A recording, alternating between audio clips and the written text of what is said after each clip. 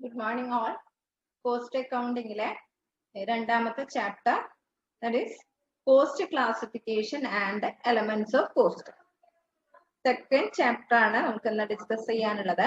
അതിലെ ആദ്യം നമുക്ക് പഠിക്കാം what is the meaning of cost. Cost എന്ന് പറഞ്ഞിട്ടുള്ള ആ വേർഡിന്റെ മീനിങ് എന്താണ്? ഓക്സ്ഫോർഡ് ഡിക്ഷണറി പറയുന്നത് കോസ്റ്റ് എന്നാൽ the price paid for something. അതായത് എന്തെങ്കിലും ഒരു കാര്യത്തിന് നമ്മൾ എന്ത് പ്രൈസ് ആണോ കൊടുത്തത് അതിനെയാണ് കോസ്റ്റ് എന്ന് പറയുന്നത്. അല്ലെ? കോസ്റ്റ് എന്ന് പറഞ്ഞു കഴിഞ്ഞാൽ എന്താണ്? നമുക്ക് ഉണ്ടാവുന്ന ചെലവ്. ഇനി കോസ്റ്റ് അക്കൗണ്ടിങ്ങിലാണെങ്കിലോ, കോസ്റ്റ് അക്കൗണ്ടിങ്ങിലാണെങ്കിൽ അതിന് നമുക്ക് കോസ്റ്റിന് ചെറിയൊരു വ്യത്യാസം വരുത്തി. That is the resources consumed to produce a product or service. അതായത് ഒരു പ്രൊഡക്റ്റ് പ്രൊഡ്യൂസ് ചെയ്യാനോ അല്ലെങ്കിൽ സർവീസ് കൊടുക്കാനോ എത്ര റിസോഴ്സ് നമ്മൾ കൺസ്യൂം ചെയ്തു. Here resource means finance. എത്ര ഫിനാൻസ് നമ്മൾ അതിന് കൊടുത്തു, എത്ര കൊടുക്കേണ്ടി വന്നു ഒരു സർവീസ് പൂർത്തിയാവാൻ, അല്ലെങ്കിൽ ഒരു പ്രൊഡക്റ്റ് നമുക്ക് അത് ഫിനിഷ്ഡ് പ്രൊഡക്റ്റ് ആയിട്ട് മാറാൻ എത്ര റിസോഴ്സ് നമ്മൾ അതിന് ഉപയോഗിച്ചു. That is cost. അപ്പൊ നമുക്ക് കോസ്റ്റ് അക്കൗണ്ടിങ്ങിൽ കോസ്റ്റിനെ നമ്മൾ ഡിഫൈൻ ചെയ്യുന്നത് അങ്ങനെയാണ്. Clear? Then next topic, that is classification of cost or types of cost.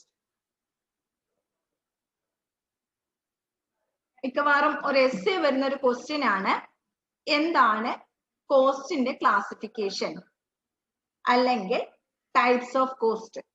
ഇത്ര തരത്തിലാണ് നമുക്ക് കോസ്റ്റ് ഉള്ളത്. നമുക്ക് കോസ്റ്റിനെ ക്ലാസിഫൈ ചെയ്തിട്ടുള്ളത് 5 രൂപത്തിലാണ്. First one, classification according to function. Function അനുസരിച്ച് ക്ലാസിഫൈ ചെയ്തു. According to behaviour or variability, സ്വഭാവത്തിനനുസരിച്ച് അല്ലെങ്കിൽ അതിന്റെ വാരിയബിലിറ്റിക്ക് അനുസരിച്ച് വ്യത്യാസം വരുത്തുന്നതിനനുസരിച്ച് ക്ലാസിഫൈ ചെയ്തു. Then according to identifiability or traceability, നമുക്ക് കണ്ടെത്താനുള്ളതിന്റെ അടിസ്ഥാനത്തില്. Then association with time and period, സമയത്തിന്റെ അടിസ്ഥാനത്തില്. Then on the basis of managerial decision, managerial decision എടുക്കുന്ന അതിന്റെ അടിസ്ഥാനത്തിൽ നമ്മൾ കോസ്റ്റിനെ ക്ലാസിഫൈ ചെയ്തിട്ടുണ്ട്. അപ്പൊ 5 രൂപത്തിലാണ് ക്ലാസിഫിക്കേഷൻ നടത്തിയിട്ടുള്ളത്. കൺഫ്യൂഷൻ ആവുന്ന ടോപ്പിക് ആണ്, കറക്റ്റ് ആയിട്ട് പഠിക്കുക. 5 ക്ലാസിഫിക്കേഷൻ. അതിലെ first one, classification according to function. Function അനുസരിച്ച് നമുക്ക് എങ്ങനെയാണ് കോസ്റ്റിനെ ക്ലാസിഫൈ നടത്തിയിട്ടുള്ളത്. 5 ആയിട്ടാണ് നമുക്ക് ക്ലാസിഫൈ നടത്തിയിട്ടുള്ളത്. That is manufacturing cost or production cost, administrative cost, selling cost, distribution cost and financing cost. അങ്ങനെ 5 ആയിട്ടാണ് ഡിവൈഡ് ചെയ്തിട്ടുള്ളത്. അതിൽ ആ പേരിൽ പറയുന്നതിന് ആ ഒരു ഫംഗ്ഷന് വേണ്ടിയിട്ടാണ് നമ്മൾ അത് ചെലവഴിക്കുന്നത്. ഇവിടെ നോക്കാം, ആദ്യം manufacturing cost, that is production cost. അത് എന്തിനു വേണ്ടിയാണ് നമ്മൾ ചെയ്യുന്നത്? കോസ്റ്റ് എന്ന് പറയുന്നത് it is associated with the production of goods. നമ്മളൊരു ഗുഡ്സ് പ്രൊഡ്യൂസ് ചെയ്യുന്നതിന്റെ അതിനാവശ്യമായിട്ടുള്ള ചെലവാണെങ്കിൽ that is known as manufacturing cost or production cost. Then administrative cost, it is associated with administration of business. ഒരു ബിസിനസ്സിന് അഡ്മിനിസ്ട്രേഷൻ നടത്തേണ്ട salary ഇങ്ങനെയുള്ള കാര്യങ്ങളൊക്കെ കൊടുക്കാൻ അങ്ങനെ വരുന്ന കോസ്റ്റിനെയാണ് അഡ്മിനിസ്ട്രേറ്റീവ് കോസ്റ്റ് എന്ന് പറയുന്നത്. Then next one, selling cost. It is associated with marketing of goods and services. നമുക്ക് നമ്മുടെ കയ്യിലുള്ള ഗുഡ്സ് ആൻഡ് സർവീസസ് മാർക്കറ്റ് ചെയ്യാൻ നമുക്ക് എന്ത് ചെയ്യേണ്ടി വരും? ഒരുപാട് കോസ്റ്റ് ചെലവഴിക്കേണ്ടി. ഇപ്പൊ അഡ്വർടൈസ്മെന്റിനും അങ്ങനെയുള്ള കാര്യങ്ങൾക്കൊക്കെ നമ്മൾ എന്ത് ചെയ്യേണ്ടി വരും? കോസ്റ്റ് വരും. That is known as selling cost. Then distribution cost. Distribution എന്ന് വെച്ച് കഴിഞ്ഞാൽ നമ്മൾ എന്ത് ചെയ്യാണ്? നമ്മുടെ ഫാക്ടറിയിൽ നിന്ന് മാർക്കറ്റിലേക്ക് എത്താൻ എന്ത് വേണ്ടി വരും? ട്രാൻസ്പോർട്ടേഷൻ, ഇങ്ങനെയുള്ള കാര്യങ്ങളൊക്കെ വേണ്ടി വരും. അങ്ങനെ വരുന്ന കോസ്റ്റ് ആണ് distribution cost. Then the last one, financing cost. അതായത് നമുക്ക് ഫണ്ട് റേസ് ചെയ്യണം, നമുക്ക് ക്യാപിറ്റൽ വേണം. അത് ഷെയർ ആവാം, ഡിബഞ്ചർ ആവാം, ലോൺ ആവാം. അങ്ങനെ നമുക്ക് ക്യാപിറ്റൽ റേസ് ചെയ്യാൻ വേണ്ടി നമുക്ക് എത്ര കോസ്റ്റ് വന്നു? That is known as financing cost. Okay, അപ്പൊ നമ്മള് ക്ലാസിഫിക്കേഷൻ അക്കോർഡിംഗ് ടു ഫംഗ്ഷൻ, കോസ്റ്റിന്റെ ക്ലാസിഫിക്കേഷൻ, ഫംഗ്ഷൻ അനുസരിച്ചുള്ള ക്ലാസിഫിക്കേഷൻ നമ്മൾ പറഞ്ഞു. Clear? Then next cost, that is classification according to behavior or variability. നമുക്ക് ബിഹേവിയറിന് സ്വഭാവത്തിനനുസരിച്ചോ അല്ലെങ്കിൽ അതിന്റെ വ്യത്യാസപ്പെടുന്നതിനനുസരിച്ചോ അടിസ്ഥാനത്തിൽ നമ്മൾ അതിനെ 4 ആയിട്ടാണ് ഡിവൈഡ് ചെയ്യുന്നത്. Fixed cost, variable cost, semi variable cost and step cost. Okay, നമുക്ക് ഓരോന്നും എന്താണെന്നുള്ളത് നമുക്ക് പഠിക്കാം. First one, fixed cost. എന്താണ് ഫിക്സഡ് കോസ്റ്റ്? ആ വേർഡിൽ തന്നെ ഉണ്ട് നമുക്ക് അതിന്റെ മീനിങ് ഇല്ലേ? Fixed, that is not changing. ഇപ്പൊ ഫിക്സഡ് കോസ്റ്റിലെ പറയുന്നത് എന്താണെന്ന് വെച്ച് കഴിഞ്ഞാൽ, ഫിക്സഡ് കോസ്റ്റ് നോട്ട് ചേഞ്ചിങ് ആണെന്ന് പറഞ്ഞു. Not change with the changes in the levels of activity. അതായത് നമ്മുടെ പ്രൊഡക്ഷനിൽ വ്യത്യാസം വരുന്നതിനനുസരിച്ച് കോസ്റ്റിൽ വ്യത്യാസം വരുന്നില്ലെങ്കിൽ that is known as fixed cost. Then fixed കോസ്റ്റില് വേരിയേഷൻസ് വരാം. വേരിയേഷൻസിൽ എങ്ങനെ വേരിയേഷൻസ് വരാം? ചേഞ്ച് വരുന്നത്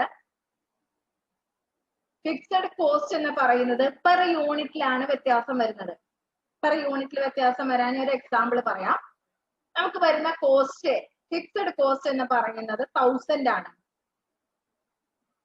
100 യൂണിറ്റ് പ്രൊഡ്യൂസ് ചെയ്താലും 200 യൂണിറ്റ് പ്രൊഡ്യൂസ് ചെയ്താലും ഫിക്സഡ് കോസ്റ്റിന് ചേഞ്ച് വരുന്നില്ല. പക്ഷേ പെർ യൂണിറ്റ് കോസ്റ്റിന് അവിടെ വ്യത്യാസം വരും. എങ്ങനെ പെർ യൂണിറ്റ് കോസ്റ്റിന് വ്യത്യാസം വരുന്നത്? 100 യൂണിറ്റ് ആണ് നമ്മൾ പ്രൊഡ്യൂസ് ചെയ്യുന്നതെങ്കിൽ ആ പ്രൊഡ്യൂസ് ചെയ്യുന്നതിന്റെ പെർ യൂണിറ്റ് കോസ്റ്റ് എന്ന് പറയുന്നത് നമ്മൾ അവിടെ കണക്കാക്കുന്നത് 1000 ഡിവൈഡഡ് ബൈ 100. എത്ര വരും? യൂണിറ്റിന് 10 രൂപ വരും. ദെൻ നമ്മുടെ പ്രൊഡക്ഷൻ കൂടി 100 നിന്നും 200 ആയി. 1000 ഡിവൈഡഡ് ബൈ 200 എത്ര വരും? ₹5 ഇല്ലേ? അപ്പൊ ഇവിടെ പെർ യൂണിറ്റ് കോസ്റ്റിന് വ്യത്യാസം വരും. അപ്പൊ അങ്ങനെ വരുമ്പോ നമ്മൾ ഇവിടെ ചെയ്യുന്നത് എന്താ? അവിടെ നമുക്ക് ചേഞ്ച് വരുന്നത്, കോസ്റ്റ് പെർ യൂണിറ്റിന് ചേഞ്ച് വരുന്നത് ഡയറക്റ്റ് ചേഞ്ച് അല്ല, ഒരു ഇൻവേഴ്സ് ചേഞ്ച് ആണ്. ദാറ്റ് ഈസ് ഇൻഡയറക്റ്റ് ചേഞ്ച് ആണ്. പ്രൊഡക്ഷൻ കൂടുന്നതിനനുസരിച്ച് പെർ യൂണിറ്റ് കോസ്റ്റ് കുറയുന്നതാണ് ഫിക്സഡ് കോസ്റ്റ്. ഓക്കെ, എക്സാമ്പിൾ ആണ് rent rates, salaries, wages of permanent staff, insurance, ഇങ്ങനെയുള്ള കാര്യങ്ങളൊക്കെ നമ്മുടെ ഫിക്സഡ് കോസ്റ്റിന് ഉദാഹരണങ്ങളാണ്. Okay, then next one, variable cost.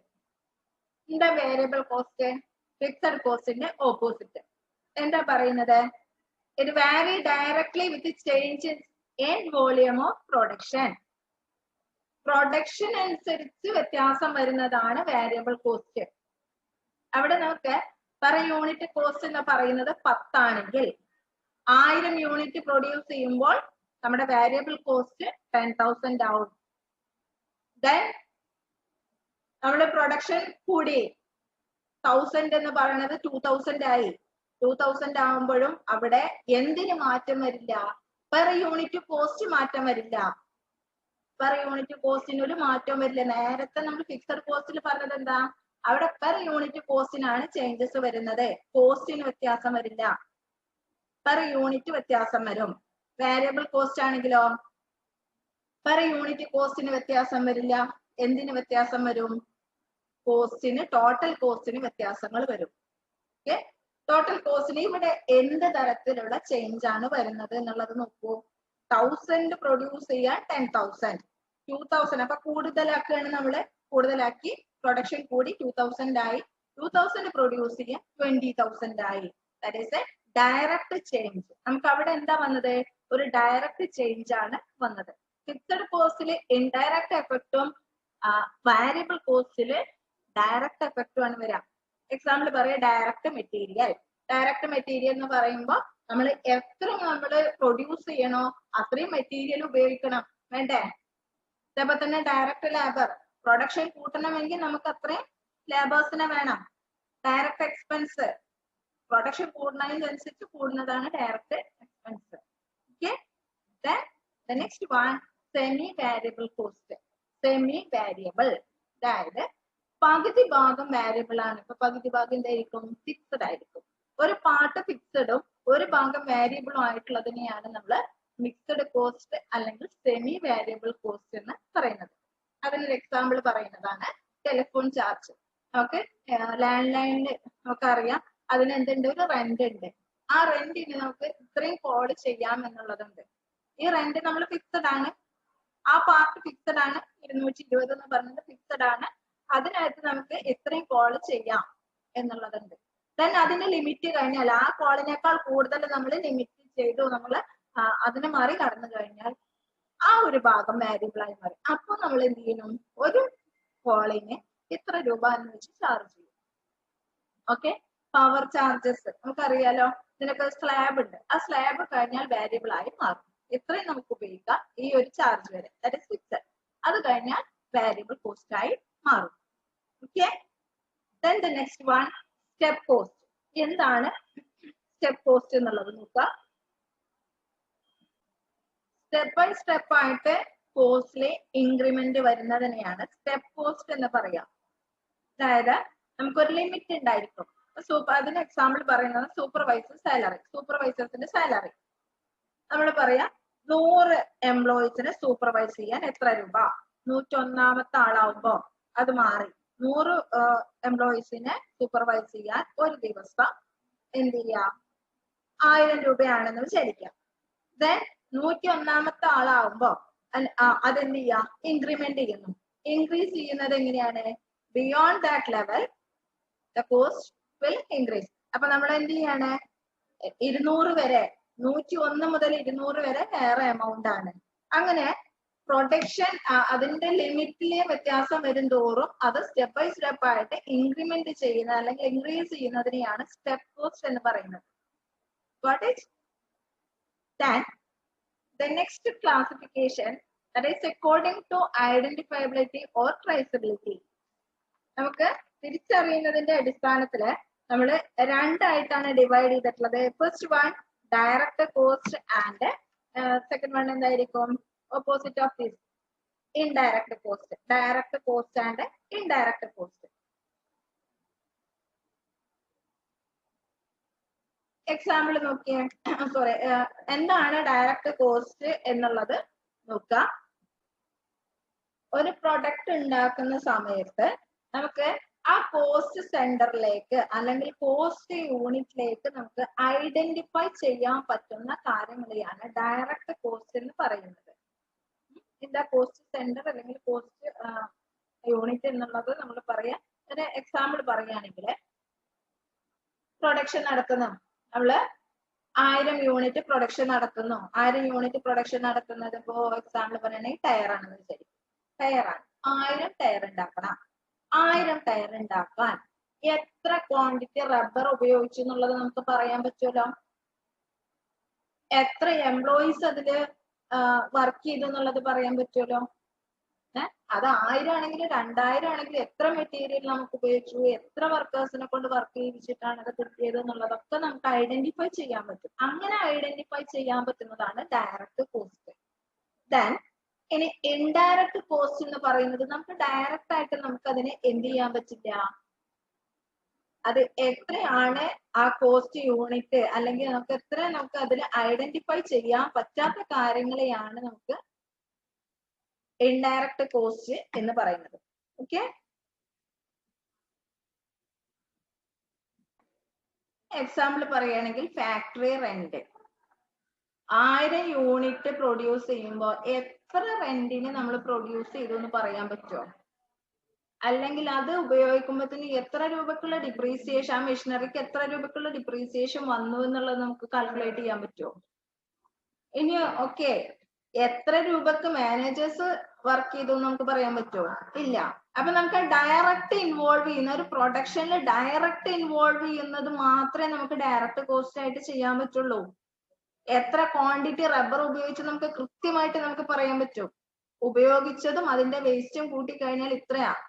പക്ഷെ ഫാക്ടറി മാനേജർ ഇത്ര രൂപക്ക് വർക്ക് ചെയ്തു നമുക്ക് അവിടെ പറയാൻ പറ്റുമോ? ഫാക്ടറി മാനേജർ അവിടെ വന്ന് നോക്കിയിട്ടുണ്ടാവും, ഇത്ര രൂപക്ക് വന്ന് നോക്കി നമുക്ക് ഡയറക്റ്റ് പറയാൻ പറ്റുമോ? ഇല്ല. That is indirect cost. അപ്പൊ നമുക്കത് കോസ്റ്റിനെ ഐഡന്റിഫൈ ചെയ്യാൻ പറ്റുന്ന ഇതിന്റെ അടിസ്ഥാനത്തിൽ നമ്മൾ direct cost and indirect cost ആയിട്ട് ഇതിനെ കണക്കാക്കും. Then next classification by association with time and period. Time and period അനുസരിച്ച് നമ്മൾ 4 ആയിട്ടാണ് ഡിവൈഡ് ചെയ്തിട്ടുള്ളത്. Historical cost, production cost, then historical cost, product cost, period cost, then predetermined cost. എന്താണെന്നുള്ളത് നമുക്ക് പറയാം. ആദ്യം ഹിസ്റ്റോറിക്കൽ കോസ്റ്റ്. ഹിസ്റ്റോറിക്കൽ നമ്മൾ കഴിഞ്ഞ ക്ലാസ്സിൽ പഠിച്ചതാണ്. ഹിസ്റ്റോറിക്കൽ കഴിഞ്ഞ കാര്യം, അതായത് ആക്ച്വൽ കോസ്റ്റ് എത്രയായി, നമ്മൾ ട്രാൻസാക്ഷൻ നടന്നതിന് ശേഷം ആ ഓരോ ട്രാൻസാക്ഷൻ നടന്നതിനെ അല്ലെങ്കിൽ നമ്മളൊരു മെറ്റീരിയൽ വാങ്ങിച്ചതിന് ഇത്ര രൂപയായി, 10,000 രൂപയായി. That is historical cost. കാരണം കഴിഞ്ഞതാണ്, നമുക്ക് കറക്റ്റ് ആയിട്ട് നമുക്ക് അവിടെ എൻ്റർ ചെയ്യാൻ പറ്റും. ഇവന്റ് ടേക്ക് പ്ലേസ്, അതായത് നമുക്ക് ആഫ്റ്റർ ഇവന്റ് ടേക്ക് പ്ലേസ് എന്നാ പറയാ. ആ സംഭവം നടന്നതിന് ശേഷം വരുന്ന കോസ്റ്റിനെയാണ് നമുക്ക് ഹിസ്റ്റോറിക്കൽ കോസ്റ്റ് എന്ന് പറയുന്നത്. അത് നടന്നു കഴിഞ്ഞ സംഭവമാണ് കോസ്റ്റ്, നമുക്ക് ഡയറക്റ്റ് ഐഡന്റിഫൈ ചെയ്യാം. Then the product cost. Product cost എന്ന് വെച്ച് കഴിഞ്ഞാൽ എന്താ, this is associated with product. ഒരു ഫിനിഷ്ഡ് പ്രോഡക്റ്റ് ആക്കി മാറ്റാൻ എത്ര കോസ്റ്റ് വന്നു എന്നുള്ളതാണ് പ്രോഡക്റ്റ് കോസ്റ്റിൽ പറയുന്നത്. അതായത് എത്ര മെറ്റീരിയൽ, എത്ര എംപ്ലോയീസ്, എത്ര ഫാക്ടറി ഓവർഹെഡ് ആയി. ഫാക്ടറി ഓവർഹെഡ് എന്ന് വെച്ചാൽ ഫാക്ടറിയിൽ വരുന്ന എക്സ്പെൻസസ്, ഇതൊക്കെ എത്രയായി എന്നുള്ളത് കാൽക്കുലേറ്റ് ചെയ്യാൻ, ദാറ്റ് ഈസ് പ്രോഡക്റ്റ് കോസ്റ്റ്. ഒരു പ്രോഡക്റ്റ് പ്രൊഡ്യൂസ് ചെയ്യാൻ വരുന്ന ചെലവ്. Then period cost. Period cost എന്ന് വെച്ച് കഴിഞ്ഞാൽ പ്രോഫിറ്റ് ആൻഡ് ലോസ് അക്കൗണ്ടില് എത്ര കാലമാണ് നമ്മൾ എന്ത് ചെയ്തിട്ടുള്ളത്, അത് വർക്ക് ചെയ്തിട്ടുള്ളത്. ഇപ്പൊ നമ്മൾ എക്സാമ്പിൾ പറയുകയാണെങ്കിൽ അതിന് വരുന്ന കോസ്റ്റുകളാണ് സാലറി. ഒരു മാസം വർക്ക് ചെയ്ത് കഴിഞ്ഞു, ഒരു മാസം വർക്ക് ചെയ്ത എംപ്ലോയീസിന് കൊടുക്കുന്ന സാലറി, ഒരു വർഷം ആയാലും നമ്മൾ കൊടുക്കുന്ന ഇൻഷുറൻസ്, അല്ലെങ്കിൽ നമ്മൾ മെഷീനറീസിന് ഫിക്സഡ് അസറ്റിന് വരുന്ന ഡിപ്രീസിയേഷൻ. അങ്ങനെ നമ്മൾ എന്ത് ചെയ്യുന്നതാ, പ്രോഫിറ്റ് ആൻഡ് ലോസ് അക്കൗണ്ടിൽ എക്സ്പെൻസ് ആയിട്ട് എഴുതുന്ന കാര്യങ്ങളെയാണ് പീരീഡ് കോസ്റ്റ് എന്ന് പറയുന്നത്. Okay. Then the last one pre determined cost. അതായത് പ്രൊഡക്ഷന് വേണ്ടി ഇത്ര ആവും എന്ന് മുൻകൂട്ടി തീരുമാനിക്കുന്നതിനെയാണ് പ്രീ ഡിറ്റർമിൻഡ് കോസ്റ്റ് എന്ന് പറയുന്നത്.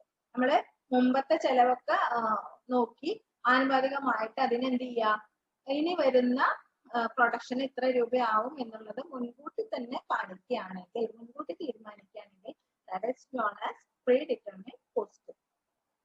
Okay. Then the last classification, that is on the basis of managerial decision. Managerial decision എടുക്കുന്നതിന്റെ അടിസ്ഥാനത്തില് നമ്മുടെ കോസ്റ്റിനെ ഡിവൈഡ് ചെയ്തിട്ടുള്ളത് sunk cost, opportunity cost, differential cost, imputed cost, out of pocket cost, shutdown cost, marginal cost, then conversion cost, relevant cost. അപ്പോൾ ഇത്രയാണ് നമുക്ക് 9 നമുക്ക് എന്തായിട്ട് ചെയ്തിട്ടുള്ളത്, managerial decision അനുസരിച്ച് നമുക്ക് കോസ്റ്റിനെ ക്ലാസിഫൈ ചെയ്തിട്ടുള്ളത്. First one imputed cost. എന്താണ് ഇംപ്യൂട്ടഡ് കോസ്റ്റ് എന്നുള്ളത് നോക്കുക. ഇംപ്യൂട്ടഡ് കോസ്റ്റിലെ ട്രാൻസാക്ഷൻ നടത്താത്തൊരു കോസ്റ്റ് ആണ് ഇംപ്യൂട്ടഡ് കോസ്റ്റ്. അതായത് ഒന്ന് അതിൽ പറയുന്നത് ഇറ്റ് ഇസ് ആക്ച്വലി ഇൻകേർഡ്, അതായത് അതെന്ത് കഴിഞ്ഞതാ, നമ്മൾ നടന്നു കഴിഞ്ഞ കാര്യങ്ങളാണ്, ആക്ച്വലി നമ്മളത് ചെയ്ത് വെച്ചതാണ്.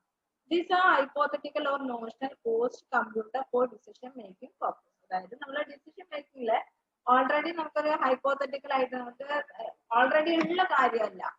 എക്സാമ്പിൾ പറയുകയാണെങ്കിൽ salary of the owner.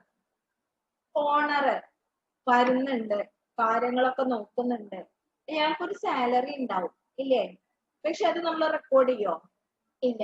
That is imputed. നമുക്കൊരു സാലറി ഉണ്ട്, പക്ഷെ എന്ത് ചെയ്യുന്നില്ല, അങ്ങനെ ഒരു കാര്യം നമ്മള് ഡിസിഷൻ എടുക്കാനും കാര്യങ്ങളും ഒക്കെ ഇയാളുണ്ട്, എന്നാൽ പോലും എന്തില്ല, അങ്ങനെ ഒരു കോസ്റ്റ് അവിടെ നമ്മൾ കാണിക്കുന്നില്ല. That is imputed cost. Cost ഉണ്ട്, പക്ഷെ നമ്മൾ എന്ത് ചെയ്യുന്നില്ല, കാണിക്കുന്നില്ല. ഓക്കെ. Interest on capital. സാധാരണ ഇപ്പൊ നമ്മള് ഷെയർ ആയിട്ട് വാങ്ങിക്കുകയാണെങ്കിൽ അവർക്ക് ഡിവിഡൻഡ് ഉണ്ട്, ഡിബഞ്ചർ ആണെങ്കിൽ അവർക്ക് ഇൻട്രസ്റ്റ് കൊടുക്കുന്നുണ്ട്. എന്നാൽ സ്വന്തം ക്യാപിറ്റൽ ഉപയോഗിച്ചുകൊണ്ടാണെങ്കിൽ നമ്മുടെ ക്യാപിറ്റൽ ഉപയോഗിച്ചുകൊണ്ടാണ് എന്റെ ക്യാഷ് ഇറക്കിയിട്ടാണെങ്കിൽ അതിന് ശരിക്കും ഒരു ഇൻട്രസ്റ്റ് കൊടുക്കണ്ടേ, അതിന് റിട്ടേൺ ഇല്ലേ? പക്ഷേ നമ്മള് ആ റിട്ടേൺ അവിടെ കാണിക്കുന്നുണ്ടോ? ഇല്ല. That is also A cost. നമുക്ക് എന്താണ്, അതൊരു കോസ്റ്റ് ആണ്, പക്ഷേ ദാറ്റ് ഈസ് ഇംപ്യൂട്ടഡ്. അതിൽ നമ്മൾ ഉൾപ്പെട്ടിട്ടുണ്ടാവും, കോസ്റ്റിൽ ഉൾപ്പെട്ടിട്ടുണ്ടാവും. Okay. Then out of pocket cost. Out of pocket cost എന്ന് വെച്ച് കഴിഞ്ഞാൽ നമുക്ക് പെട്ടെന്ന് ചെയ്ത് തീർക്കേണ്ട കാര്യങ്ങൾ. ഒരു മെഷീൻ കേടുവന്നോ, പിന്നേക്ക് വെക്കാൻ പറ്റുമോ? ഇല്ല. പെട്ടെന്ന് തന്നെ നമ്മളത് റിപ്പയറിന് കൊടുക്കണം. ഇൻഷുറൻസ് നമ്മൾ പിന്നേക്ക് വെക്കാൻ പറ്റുമോ? ഇല്ല. അതിനൊക്കെ ടൈം ഉണ്ട്. ആ ടൈം ബൗണ്ടിനുള്ളിൽ തന്നെ നമ്മൾ എന്ത് ചെയ്യണം, അത് കറക്റ്റ് നമ്മൾ ചെയ്യണം. അങ്ങനെ വരുന്ന എക്സ്പെൻസുകളെ, അങ്ങനെ വരുന്ന ചെലവുകളെയാണ് നമ്മൾ ഔട്ട് ഓഫ് പോക്കറ്റ് കോസ്റ്റ് എന്ന് പറയുന്നത്. പെട്ടെന്ന് നമ്മൾ എന്ത് ചെയ്യണം, അത് റെഡിയാക്കണം. Okay. Then shut down cost.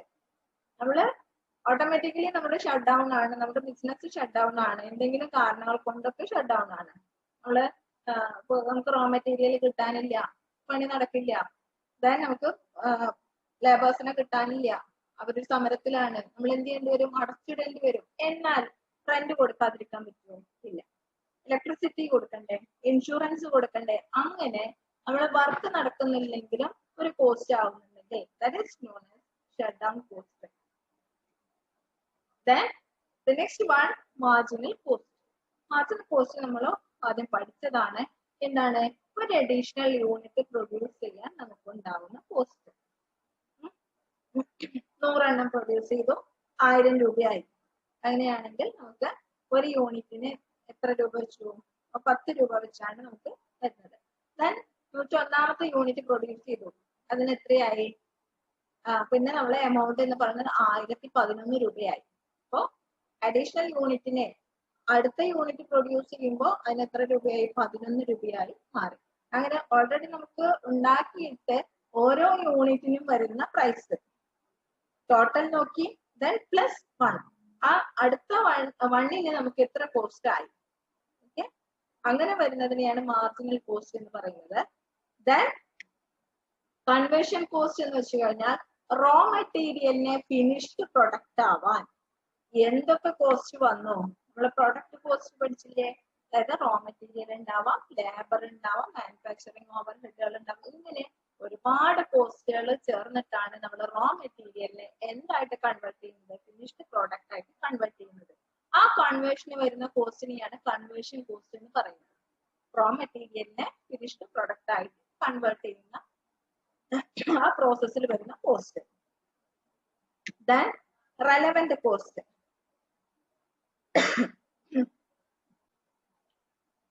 Relevant cost എന്ന് വെച്ചാൽ ഒരു ആക്ച്വൽ കോസ്റ്റ് അല്ല. നമ്മൾ ഡിസിഷൻ എടുക്കുന്ന സമയത്ത് നമ്മൾ തീരുമാനിക്കും, കോസ്റ്റിനെ തീരുമാനിക്കും.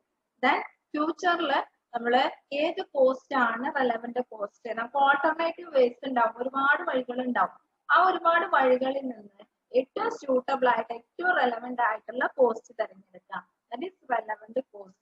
അതിപ്പോ പലതരത്തിലുണ്ടാവും. അപ്പൊ നമുക്ക് അറിയാം, ഒരു മെറ്റീരിയൽ വാങ്ങിക്കുമ്പോൾ സെയിം മെറ്റീരിയൽ നമുക്ക് അവൈലബിൾ ആണ്, ചിലപ്പോൾ ക്വാളിറ്റിയിൽ വ്യത്യാസങ്ങൾ ഉണ്ടാവും.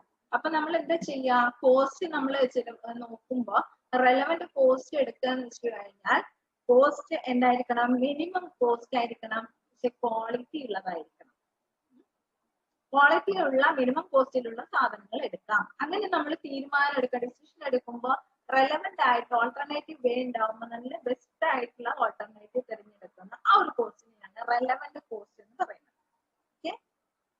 ഇപ്പൊ നമ്മള് 5 തരത്തിലുള്ള കോസ്റ്റിംഗ് നമ്മൾ പഠിച്ചു. എന്തൊക്കെയായിരുന്നു? Classification, on the basis of function, then on the basis of identifiability or traceability, then time and period, managerial decision, then according to behavior or variability. Okay.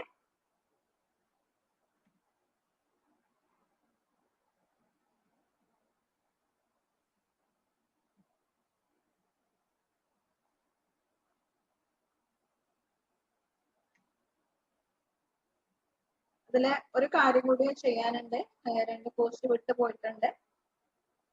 അതുകൂടി ക്ലിയർ ചെയ്യാം. 9 ഉണ്ടായിരുന്നു, 6 എക്സ്പ്ലെയിൻ ചെയ്തിട്ടുള്ളൂ. അല്ലെ 7ാമത്തെ സങ്ക് കോസ്റ്റ്. സങ്ക് കോസ്റ്റ് എന്ന് വെച്ച് കഴിഞ്ഞാൽ historical cost ആണ്, that is past cost ആണ്, ഓൾറെഡി നമ്മൾ പേ ചെയ്തിട്ടുള്ളതാണ് സങ്ക് കോസ്റ്റ് എന്ന് പറഞ്ഞു കഴിഞ്ഞാൽ. അപ്പോ ഓക്കെ, ഇത്തരം കോസ്റ്റുകളെ, സങ്ക് കോസ്റ്റുകളെ നമുക്ക് എന്ത് ചെയ്യാൻ പറ്റില്ല, ഒരു തീരുമാനത്തിൽ നമുക്ക് മാറ്റാൻ പറ്റില്ല. മാറ്റാൻ പറ്റില്ല എന്ന് വെച്ച് കഴിഞ്ഞാൽ ഓൾറെഡി പേയ്മെന്റ് നടത്തിയതാണ്, ഓൾറെഡി നമ്മൾ ചെയ്തതാണ്, ഇല്ലേ? ഒരു മെഷീൻ വാങ്ങിച്ചു, 1,00,000 രൂപയായി.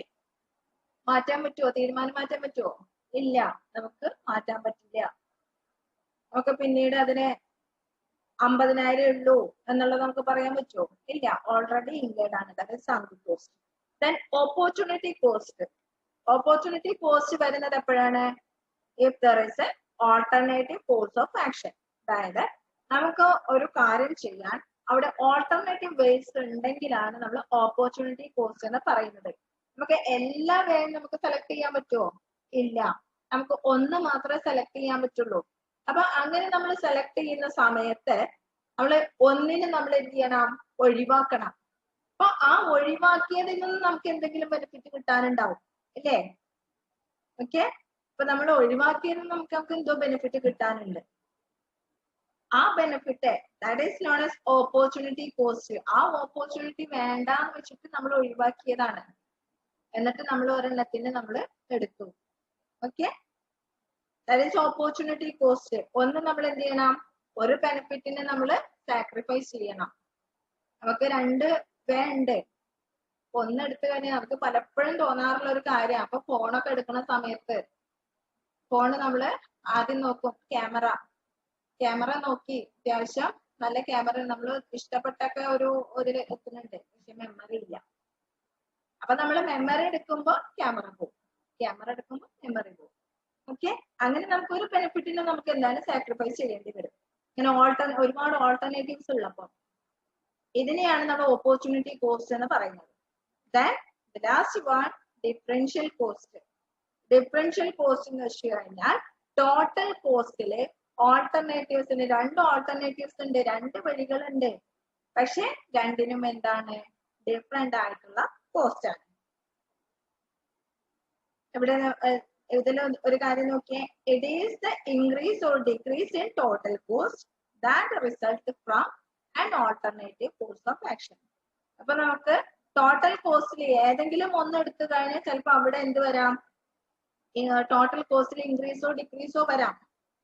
അങ്ങനെ ഓൾട്ടർനേറ്റീവ്സിന് ഡിഫറെന്റ് ആയിട്ടുള്ള കോസ്റ്റ് വരുന്നതിനെയാണ് ഡിഫറൻഷ്യൽ കോസ്റ്റ് എന്ന് പറയുന്നത്. ഓക്കെ, ഇതിനെ നമ്മൾ എന്തെന്നും പറയും? ഇൻക്രിമെന്റൽ കോസ്റ്റ് എന്നുള്ളത് നമ്മൾ പറയും. ഓക്കെ, അപ്പൊ ഇത്രയാണ് നമുക്ക് മാനേജീരിയൽ ഡിസിഷനനുസരിച്ച് നമുക്ക് ആ കോസ്റ്റിനെ ക്ലാസിഫൈ ചെയ്യുന്നത്. 9 ആയിട്ടാണ് ക്ലാസിഫൈ ചെയ്യുന്നത്. ഇനി ഇതില് നിങ്ങൾ ചെയ്യേണ്ടത്, ഇതൊരു എസ്സേ ടോപ്പിക് ആണ്, കൂടാതെ ഓരോ കോസ്റ്റും 2 മാർക്കിന്റെ എസ്സേ ആയിട്ട് വരാറുണ്ട്. ഏതെങ്കിലും ഇപ്പോ 1-2 കോസ്റ്റുകളെ 2 മാർക്കിന് വരാറുണ്ട്. ഇനി അതേപോലെ തന്നെ 4 മാർക്കിന് ഷോർട്ട് എസ്സേ വരാറുണ്ട്. ഏതെങ്കിലും ഫംഗ്ഷൻ അനുസരിച്ചുള്ളതോ അല്ലെങ്കിൽ നിങ്ങളോട് ചോദിക്കും മാനേജീരിയൽ ഡിസിഷൻ അനുസരിച്ചുള്ള കോസ്റ്റ് ക്ലാസിഫിക്കേഷൻ എന്താണെന്നുള്ളത്. എന്തായാലും മിക്കവാറും ഒരു 90% ഒരു ഹോപ്പ് ഉണ്ട് ഇതിൽ നിന്ന് ഒരു ക്വസ്റ്റ്യൻ വരുന്നുള്ളത്. Okay, thank U.